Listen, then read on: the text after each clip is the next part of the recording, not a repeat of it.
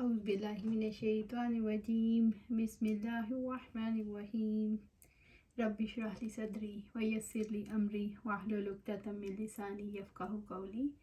آج ہم دیکھیں گے روزے میں رخصت کی کون سی صورتیں ہیں۔ مجنون پر روزہ فرض نہیں، نابالغ بچے پر روزہ فرض نہیں، اس کی طاقت کے مطابق عادی کرنے کے لیے روزے رکھوائے جا سکتے ہیں۔ مریض کے روزے رکھنے سے مرض میں اضافہ ہو تو روزہ نہ رکھے، بعد میں قضا ضروری ہے۔ حاملہ اور دودھ پلانے والی عورتیں روزہ رکھنے میں تکلیف محسوس کریں یا بچے کو نقصان پہنچنے کا اندیشہ ہو تو روزہ چھوڑ سکتی ہیں، بعد میں قضا ضروری ہے۔ حیض اور نفاس والی عورتوں کے لیے ان دنوں میں روزے رکھنے منع ہے، قضا ضروری ہے۔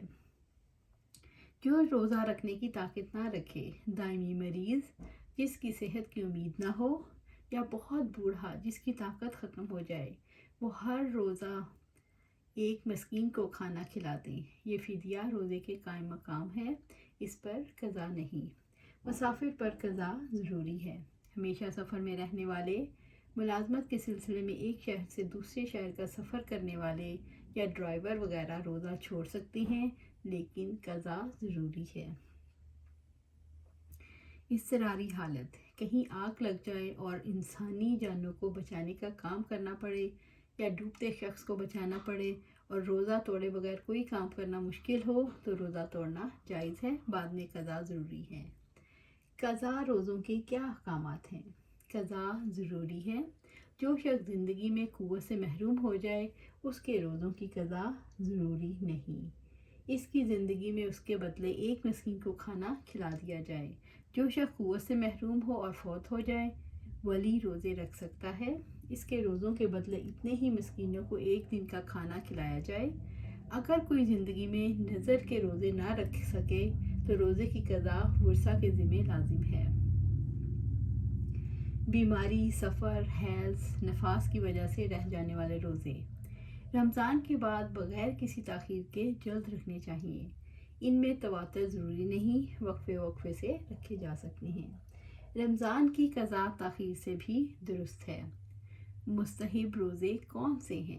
شوال کے 6 روزے، ذوالحجہ کے پہلے 9 دنوں کے روزے، سوموار اور جمعرات کا روزہ، 9 ذوالحجہ کا روزہ، محرم کے روزے، عاشورہ کا روزہ، شعبان کے روزے، سوموار اور جمعرات کا روزہ، ہفتے اور اتوار کا روزہ۔ ایام بیض یعنی چاند کی 13، 14 اور 15 کے روزے۔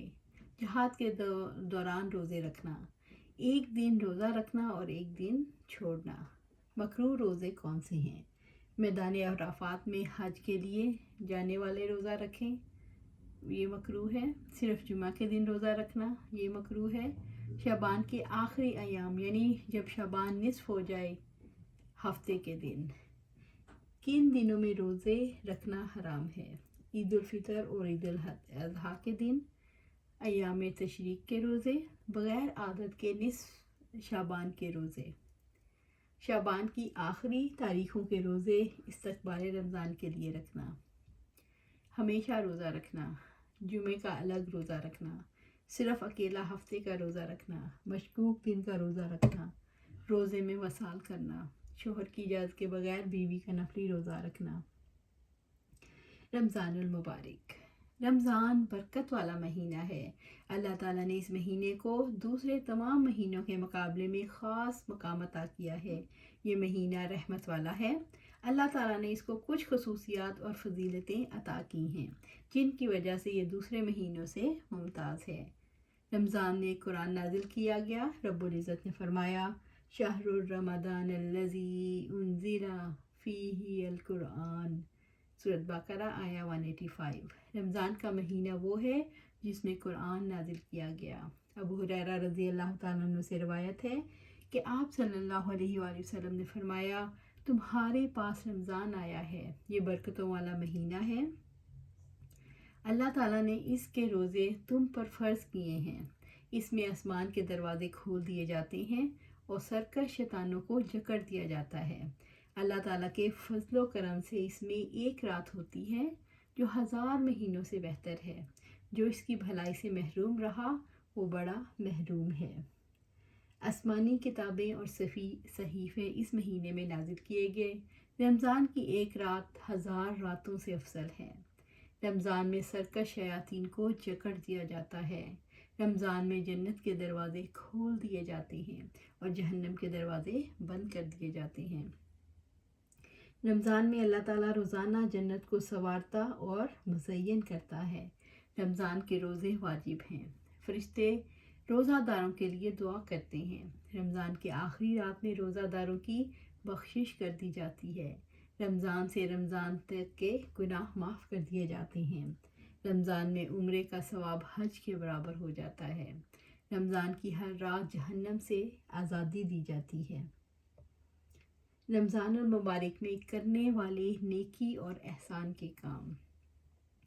رمضان المبارک کی رحمتوں اور برکتوں سے فائدہ اٹھانے کے لیے نیکی کے کاموں کی بہت فضیلت ہے۔ اللہ تعالیٰ ہمیں ان کاموں کی رغبت، شوق اور حرص عطا فرمائے اور بھلائی کے کاموں میں سبقت لے جانے کی توفیق عطا فرمائے۔ روزہ۔ رمضان المبارک میں سب سے اہم عمل روزہ رکھنا ہے۔ ابو ہریرہ رضی اللہ تعالیٰ عنہ سے روایت ہے، جو کوئی شب قدر میں ایمان کے ساتھ اور حصول ثواب کی نیت سے عبادت میں کھڑا ہوا، اس کے تمام اگلے گناہ بخش دیے جائیں گے، اور جس نے رمضان کے روزے ایمان کے ساتھ اور ثواب کی نیت سے رکھے، اس کے اگلے تمام گناہ معاف کر دیے جائیں گے۔ صدقہ اور خیرات۔ صدقہ اور خیرات کرنے سے مراد اللہ تعالیٰ کی خوشی کے لیے مال سے محروم لوگوں پر خرچ کرنا، انہیں کھانا کھلانا، اناج فراہم کرنا، لباس پہنانا، ان کی دوا کا انتظام کرنا، قرض داروں کا بوجھ اتارنا، بے سہاروں کا سہارا بننا۔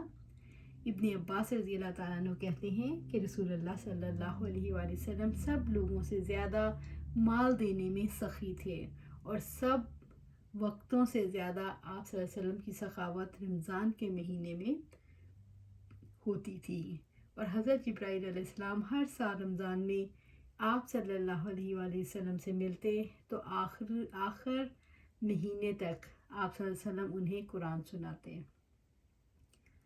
جب جبرائیل علیہ السلام آپ صلی اللہ علیہ وسلم سے ملتے، اس وقت آپ صلی اللہ علیہ وآلہ وسلم کے مال کے دینے میں چلتی ہوا سے بھی زیادہ تیزی سے سخاوت کرتے تھے۔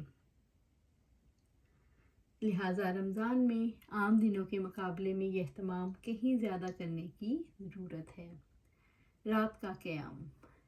رسول اللہ صلی اللہ علیہ وسلم رمضان المبارک کی راتوں میں جاگتے تھے اور آخری 10 راتوں میں اپنے گھر والوں کے ساتھ دیگر افراد کو بھی جگاتے تھے۔ ابو ہریرہ رضی اللہ تعالیٰ عنہ سے روایت ہے کہ رسول اللہ صلی اللہ علیہ وسلم نے فرمایا، جس نے رمضان کی راتوں میں بیدار رہ کر نماز تراویح پڑھی ایمان اور ثواب کی نیت کے ساتھ، اس کے اگلے تمام گناہ معاف کر دیے جائیں گے۔ صحابہ اور تابعین بھی راتوں کے قیام کا خاص اہتمام کرتے تھے۔ ہر دور کے نیک افراد اس کا اہتمام کرتے رہے ہیں۔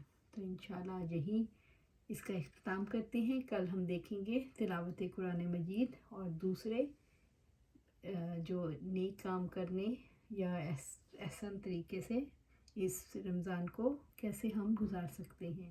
تو انشاءاللہ اللہ سبحانہ تعالیٰ سے دعا ہے کہ ہمیں رمضان تک پہنچنے کی مہلت عطا فرمائے اور اس رمضان سے ہمیں پوری طرح فیض و برکت حاصل کرنے کی توفیق عطا فرمائے۔